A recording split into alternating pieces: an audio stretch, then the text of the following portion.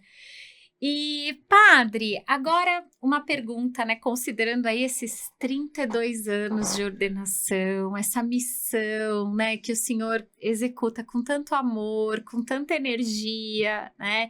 Depois de todos esses anos de missão, de encontros, de pessoas diferentes, de aprendizados, o que o senhor acha que a gente devia individualmente guardar no nosso coração? Que mensagem que o senhor daria, né, pra gente, pra todo mundo que tá ouvindo, pra galera da paróquia, que a gente vai fazer um evento, barulho lá.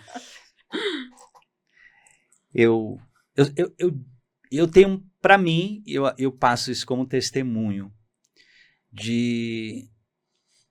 Eu sempre valorizei as dúvidas, as crises, as incertezas, e uma coisa que eu sempre questionei, eu fui sempre questionador desde pequeno, desde moleque, continuo muito ainda, né?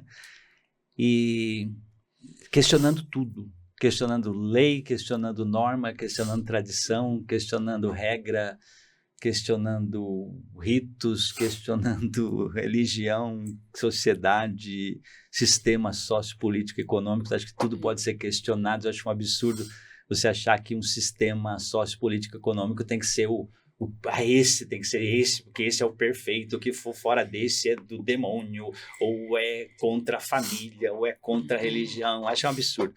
Né? Mesma coisa, religião, você tem que questionar a sua religião. Não existe religião, aquela coisa que fora da igreja, fora da minha religião não existe salvação. Não existe. Isso é um papo furado, terrível. Existe sim, né? Porque você tem que questionar as coisas que estão bem, as coisas que não estão, melhorar, tudo você pode melhorar, a sua vida, a sua profissão, sua empresa, você tem que questionar a sua empresa, questionar o seu trabalho, a sua família, seu casamento, seu sacerdócio. Tem que questionar, né? Tudo deve... Porque quando a gente questiona, a gente cresce, a gente melhora. Então, quando você acha que tem que ser daquele jeito, não pode mudar nada, você estagna. Então, questione tudo. Agora, tenha alguma certeza. Tem que ter certezas, tem que ter alguma certeza na vida, porque senão não vai, né? Tem que ter um eixo. E o meu eixo sempre foi a pessoa de Jesus. Sempre, sempre, sempre. A pessoa de Jesus. Então, eu podia questionar tudo, mas a pessoa de Jesus é o meu eixo, é o meu porto seguro, é o que eu tenho comigo para me ajudar a enfrentar as coisas, o tudo da vida. Então, aquilo que Jesus é, aquilo que Jesus ensina, isso é inquestionável para mim. Então, isso permanece. Respeito outras religiões que talvez não tenham o Jesus como seu centro, como seu porto seguro, né? Mas tem que ter alguma certeza. E essa certeza não pode ser absoluta. Assim, de tudo, né? Tem que ser algo que ajuda você a questionar o resto, não a certeza de tudo, não. Tenha bastantes incertezas, mas tem alguma coisa que te garante. O meu é Jesus, e a sua palavra. Isso eu não questiono. Uma vez eu estava num retiro, terminou o retiro, eu sempre conto isso, até na missa acho que eu já contei, né? E a mulher falou assim, olha, quero agradecer o padre, porque o retiro foi muito bom, e a gente percebeu, né, que o padre é assim com Jesus. A hora que ela falou assim com Jesus, né, ela fez o gesto, né, e eu me assustei, falei, nossa, assim com Jesus, caramba, é muita coisa, né? E aí depois eu fiquei pensando, falei, não é verdade, eu tenho que ser assim com Jesus. Assim com ele. Né? Tem que ser amigo dele, tem que ser parceiro de verdade. Tem que ouvir o que ele me diz, porque assim ele vai me ouvir também e vai me ajudar. Né? E a gente vai seguir em frente E tem que ter alguém que te ajuda, que você pode contar em todos os momentos. Esse alguém é Jesus. Eu posso contar com ele. E não voltando naquela pergunta anterior, né? Não é que eu vou, se Jesus não fizer o que eu quero, eu vou ficar magoadinho com ele. Não vou. Não é isso. Mas ele me ajuda, ele está ali comigo. E ele prometeu, então não fui eu ele prometeu, ele falou, eu vou estar com você todo o tempo. Então, beleza, estamos juntos. Então, isso que fica para mim. E o que eu quero dizer para as pessoas não tenho medo de questionar, não tenho medo de avaliar, de realmente tentar modificar, né? Ver o que está certo e o que não está. Então, nós vivemos um sistema sociopolítico-econômico que não é o melhor dos mundos, não vai ser, nunca vai ser, tem muitos erros, como outros lugares têm erros também, mas tem coisas boas também. Né? Então, a gente tem que se dar o direito. O que o outro tem de coisa boa? O que na China tem de bom que no Brasil não tem? O que no Brasil tem de bom que na China não tem? Por que a gente não pode aprender um com o outro, né?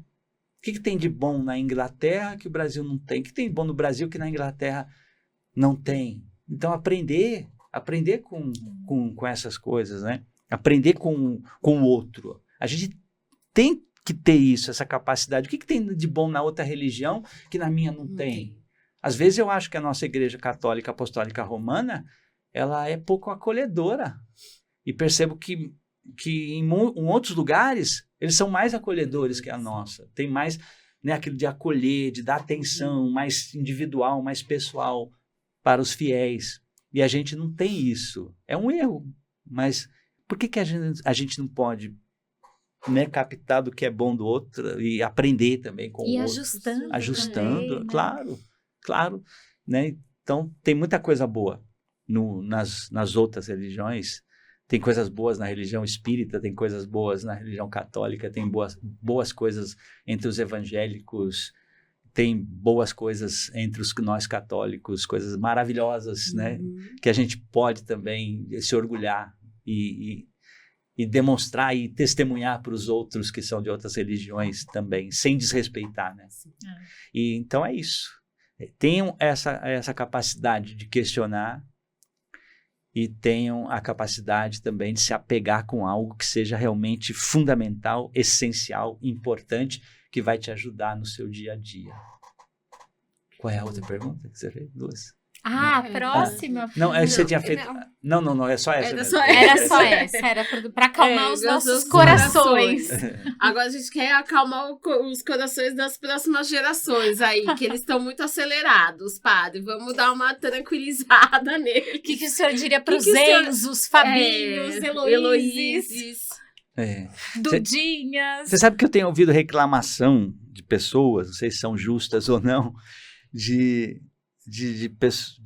pessoas que têm empresas, por exemplo, que ou têm cargos de direção, de coordenação, de gerência, reclamam que os jovens não querem muita coisa, não. Mas eles não querem mesmo. Eles falam assim, se reclamar com eles, falam, tanto faz como tanto fez, me manda embora, eu vou embora daqui. Não.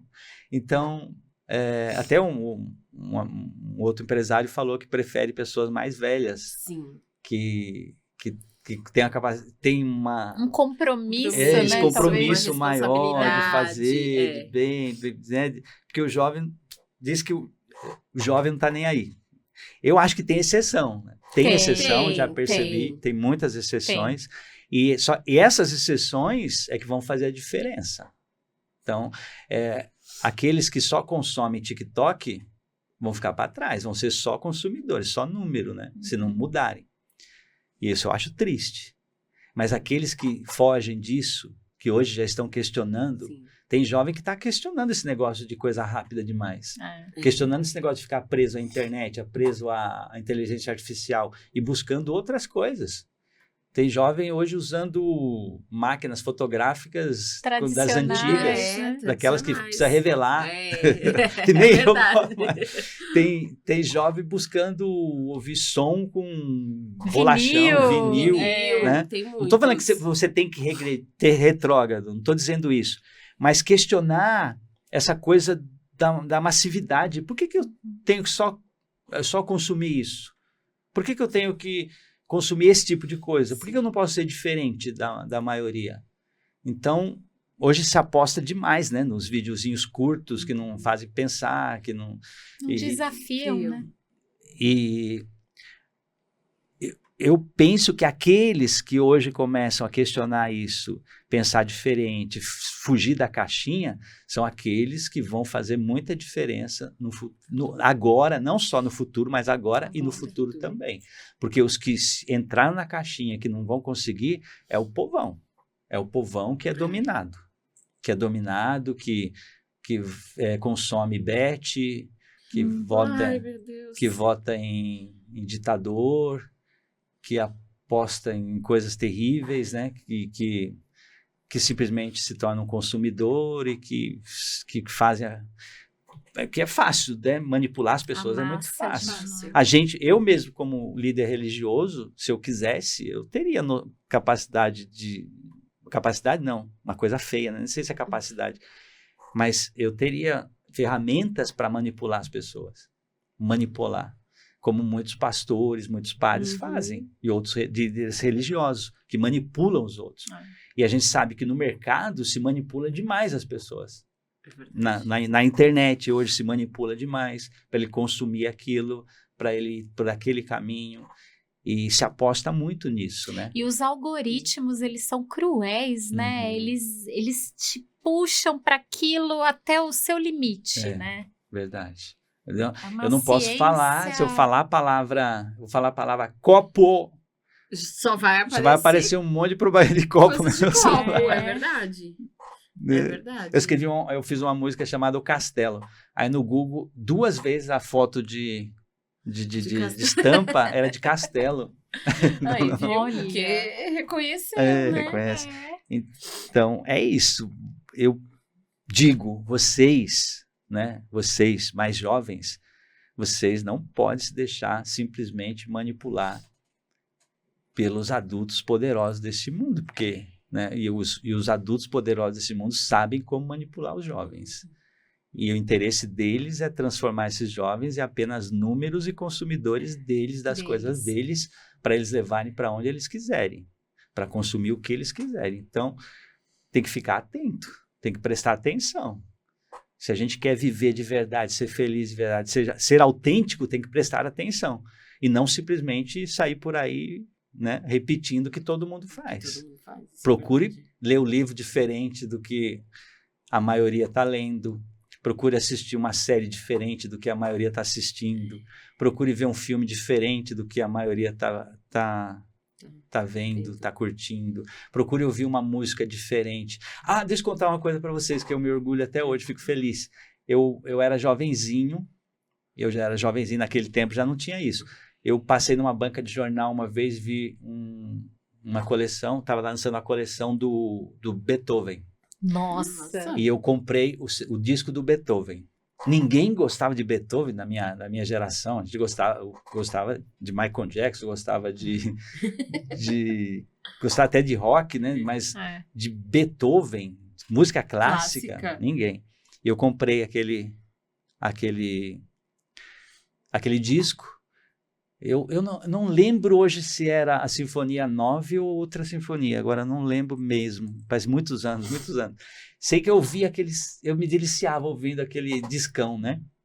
Ouvindo aquele discão. E eu fui pro seminário e deixei o discão lá na casa. A minha irmã tinha um colega de escola, jovenzinho também, que passou em casa e viu aquele CD, aquele vinil do Beethoven.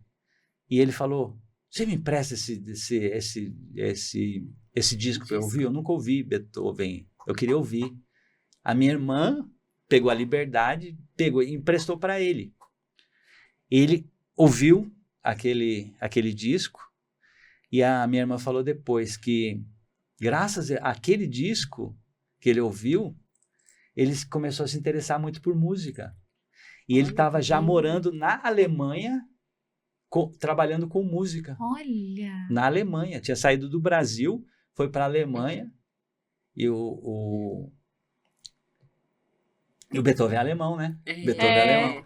E ele foi para a Alemanha trabalhar com música. Ele tinha, acho que, um grupo de música musical lá na Alemanha.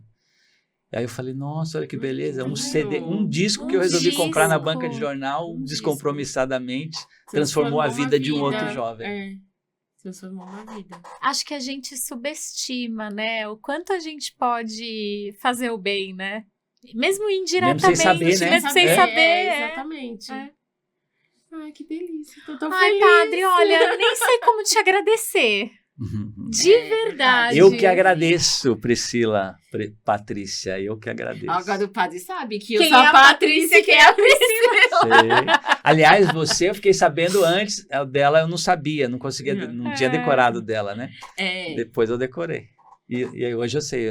E são nomes parecidos, né? Priscila, Patrícia. Eu falo, nos anos 80, dos anos 80, toda Patrícia padre. tinha uma Priscila na vida. Você sabe que a Patrícia que fugir. trabalha comigo na rádio, o pai...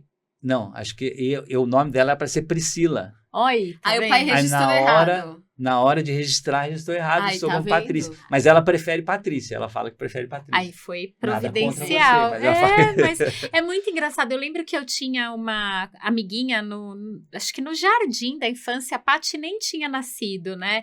E ela chamava Patrícia e ela tinha uma irmãzinha recém-nascida chamada Priscila. E aí eu falava sempre pra ela, quando eu tiver a minha irmãzinha, ela vai chamar Patrícia. Ela vai chamar Patrícia também, né? Que legal. E aí a E tá aí. Patrícia... A Patrícia, Aí a Patrícia veio. Aparecida Aterrissou. chegou. É a Patrícia Aparecida? É. Seu? Ah, é? É. E o seu é Priscila? Só Não, o seu só tem Priscila. Priscila. É, só. só Priscila. Era, na verdade, pra ela ser Priscila Aparecida. Aí o meu pai, quando foi registrar, esqueceu de tava pôr todo, Aparecida. né? Primeira Aí colocou filha. você. Aí Lembrou quando você. eu cheguei, minha mãe era muito devota de Nossa Senhora da Aparecida. E eu literalmente eu apareci na vida deles, né? Verdade. Então a minha mãe falou assim, então essa tem que ser Essa Aparecida. tem que ser. Legal. E é muito forte essa coisa de Nossa Senhora Aparecida, né? Porque quando eu tinha menos de 2 anos, a mãe engravidou. E foi um caso, assim, muito raro, né? Era uma gravidez de gêmeos que ela só descobriu depois, né? Um gêmeo ficou no útero, o outro gêmeo ficou na trompa. E aí ela teve uma hemorragia interna, ela quase morreu. Ela chegou a ser desenganada. A costura da cesárea que fizeram para tirar, né, os bebezinhos, foi com grampo, assim. Ela tinha uma cicatriz monstruosa na barriga, né? Porque os médicos desenganaram, falaram pro meu pai, olha, fizemos tudo o que podia fazer. E no dia de Nossa Senhora Aparecida, 12 de outubro, ela acordou. E voltou. Olha só. Então, assim, ela era super devota, super, assim, de Nossa Senhora. Ela ensinou a gente desde cedo, né? Da mãezinha do céu, tudo. E aí ela ficou com a Aparecida. Legal. Que joia. Que tem tudo a ver comigo.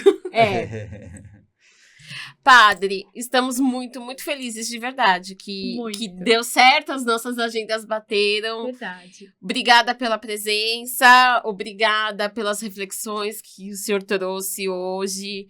Nosso coração tá cheio de gratidão, quentinho. Mesmo. Obrigada por todos esses anos à frente da nossa paróquia, por todo o carinho, por todo amor que o senhor sempre demonstrou, né? Pela energia. Eu acho que a tua energia, eu adoro quando o senhor se mexe lá e esbarra no microfone. Eu acho o máximo, né? Eu acho que a gente precisa muito disso e que o senhor tenha muito amor, muita felicidade, muita paz em cada passinho da sua jornada. Obrigado.